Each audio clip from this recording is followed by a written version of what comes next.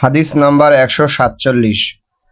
আবু বকর রাদিয়াল্লাহু তাআলা আনহুর কন্যা আসমা রাদিয়াল্লাহু তাআলা আনহা থেকে বর্ণিত, তিনি বলেন, কুরাইশ ও মুসলমানদের মধ্যে সন্ধি হুদায়বিয়ার সন্ধি স্থাপিত হওয়ার পর আমার মুশরিক মা দুধ মা আমার নিকট আসলেন।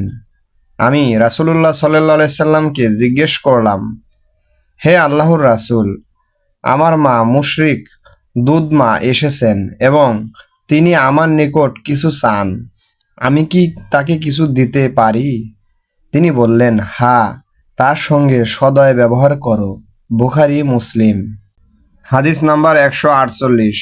রাসূলুল্লাহ সাল্লাল্লাহু আলাইহি সাল্লাম বলেছেন, যে ব্যক্তি আত্মীয় স্বজনের সদাচরণের কারণে তাদের সঙ্গে সদাচার করে তাকে প্রকৃত সদাচারী বলা যায় না, বরং প্রকৃত সদাচারী হলো সেই ব্যক্তি যার আত্মীয় স্বজনগণ তার সঙ্গে সম্পর্ক ছিন্ন করার পরেও সে তাদের সঙ্গে সম্পর্ক রক্ষা করার চেষ্টা করে। বুখারী। ব্যাখ্যা: হাদিসের তাৎপর্য হলো, আত্মীয় স্বজনের সদ্ব্যবহারের বিনিময়ে তাদের সঙ্গে সদ্ব্যবহার করাকে পূর্ণাঙ্গ সদ্ব্যবহার বলা যায় না। প্রকৃতপক্ষে সর্বশ্রেষ্ঠ সদ্ব্যবহারকারী ও আত্মীয়তার বন্ধন রক্ষাকারী হলো ওই ব্যক্তি যার সঙ্গে আত্মীয় স্বজনগণ সম্পর্ক ছিন্ন করেছে অথচ তিনি তাদের সাথে সম্পর্ক রক্ষা করতে সদা সচেষ্ট। যে সকল আত্মীয় স্বজন তার অধিকার হরণ করেছে তিনি সেসব আত্মীয়গণের হক রক্ষার ব্যাপারে সদা ব্যস্ত। এটা মানব মনের এমন এক উচ্চ অবস্থা যা পূর্ণাঙ্গ তাকওয়া ব্যতীত অর্জন করা কোনো মতেই সম্ভব নয়। হাদিস নাম্বার 149। এক ব্যক্তি রাসূলুল্লাহ সাল্লাল্লাহু আলাইহি সাল্লামের নিকট এসে বলল, হে আল্লাহর রাসূল, আমার এমন কিছু সংখ্যক আত্মীয় স্বজন আছে যাদের সঙ্গে আমি সম্পর্ক রক্ষা করে চলি। তারা আমার সঙ্গে সম্পর্ক ছিন্ন করে। তাদের সঙ্গে আমি উত্তম ব্যবহার করি, তারা আমার সঙ্গে অসৎ ব্যবহার করে। আমি তাদের সঙ্গে ধৈর্য ও সহিষ্ণুতাপূর্ণ ব্যবহার করি, তারা আমার সঙ্গে মূর্খতা ও হঠকারিতাপূর্ণ আচরণ করে। এ কথা শুনে রাসূলুল্লাহ সাল্লাল্লাহু আলাইহি সাল্লাম বললেন, যদি তুমি তোমার কথা অনুযায়ী সঠিক হয়ে থাকো তাহলে তুমি যেন তাদের মুখে কালিমা লেপন করেছ। যতদিন পর্যন্ত তুমি এরূপ আচরণ করতে থাকবে ততদিন পর্যন্ত আল্লাহ তোমাকে তাদের মোকাবেলায় সর্বদা সাহায্য করতে থাকবে। মুসলিম। হাদিস নাম্বার 150।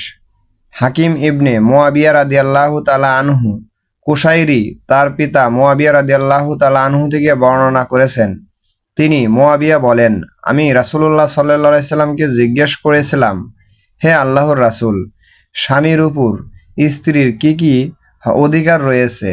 তিনি বললেন, তার অধিকার হলো, যখন তুমি খাবে তখন তাকেও খাওয়াবে, যখন তুমি যে মানের কাপড় চোপড় পরবে তাকেও সে মানের কাপড় চোপড় পরাবে, তার মুখে আঘাত করবে না, অশ্লীল ভাষায় গালাগাল করবে না এবং গৃহ ব্যতীত অন্য কোথাও তার সঙ্গে সম্পর্ক ছেদ করবে না। আবু দাউদ। ব্যাখ্যা: অর্থাৎ তোমরা যে মানের কাপড় চোপড় পরিধান করবে তাদেরকেও সে মানের কাপড় চোপড় পরিধান করাবে, যে মানের খাবার তোমরা গ্রহণ করবে তাদেরকেও একই মানের খাবারের ব্যবস্থা করে দিবে। সর্বশেষ বাক্যের অর্থ হলো, যদি স্ত্রীদের পক্ষ থেকে অবাধ্যতা দুরাচরণ প্রকাশ পায় তাহলে কোরআনের হেদায়েত অনুযায়ী প্রথম তাদেরকে ভদ্রভাবে বোঝাতে হবে। যদি এতে কাজ না হয় তবে রাতে পৃথক বিছানায় শোয়াবে, কিন্তু এসব কথা বাইরে কারো নিকট প্রকাশ করা যাবে না, কারণ এসব কথা বাইরে প্রকাশ করা ভদ্রতা ও মর্যাদা হানিকর। এরপরও যদি স্ত্রীর আচরণ সংশোধিত না হয় তবে তাকে মারধর করা যেতে পারে, কিন্তু মারধর করার সময় লক্ষ্য রাখতে হবে যাতে মুখমণ্ডলে আঘাত না লাগে, হাড় হাড্ডি ভেঙে না যায় এবং কোনো ক্ষত সৃষ্টি না হয়। হাদিস নাম্বার 151। লাকিত ইবনে সাবেরা রাদিয়াল্লাহু তাআলা আনহু থেকে বর্ণিত, তিনি বলেছেন, আমি রাসূলুল্লাহ সাল্লাল্লাহু আলাইহি সাল্লামকে বললাম, হে আল্লাহর রাসূল, আমার স্ত্রী কটুভাষিণী। তিনি বললেন, তাকে তালাক দিয়ে দাও।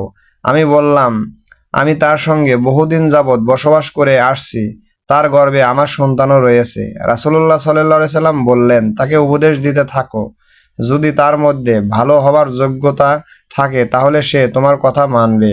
সাবধান, দাসীবাদীদেরকে যেভাবে মারধর করা হয় সেভাবে স্ত্রীকে কখনো মারধর করো না। আবু দাউদ। ব্যাখ্যা: হাদিসের শেষ অংশের উদ্দেশ্য এ নয় যে চাকর ও চাকরানী ও দাস-দাসী বাদীগণকে যথাইচ্ছা মারধর করা যাবে, বরং উদ্দেশ্য হল সাধারণত যেরূপ নির্দয় যথাইচ্ছাভাবে দাসী বাদীগণকে মারধর করা হয়, সেভাবে স্ত্রীগণকে মারধর করা যাবে না। অর্থাৎ বাদী ও দাসীগণের সঙ্গে যেরূপ ব্যবহার করা হয়ে থাকে, ঐরূপ ব্যবহার স্ত্রীদের সাথে করা অনুচিত।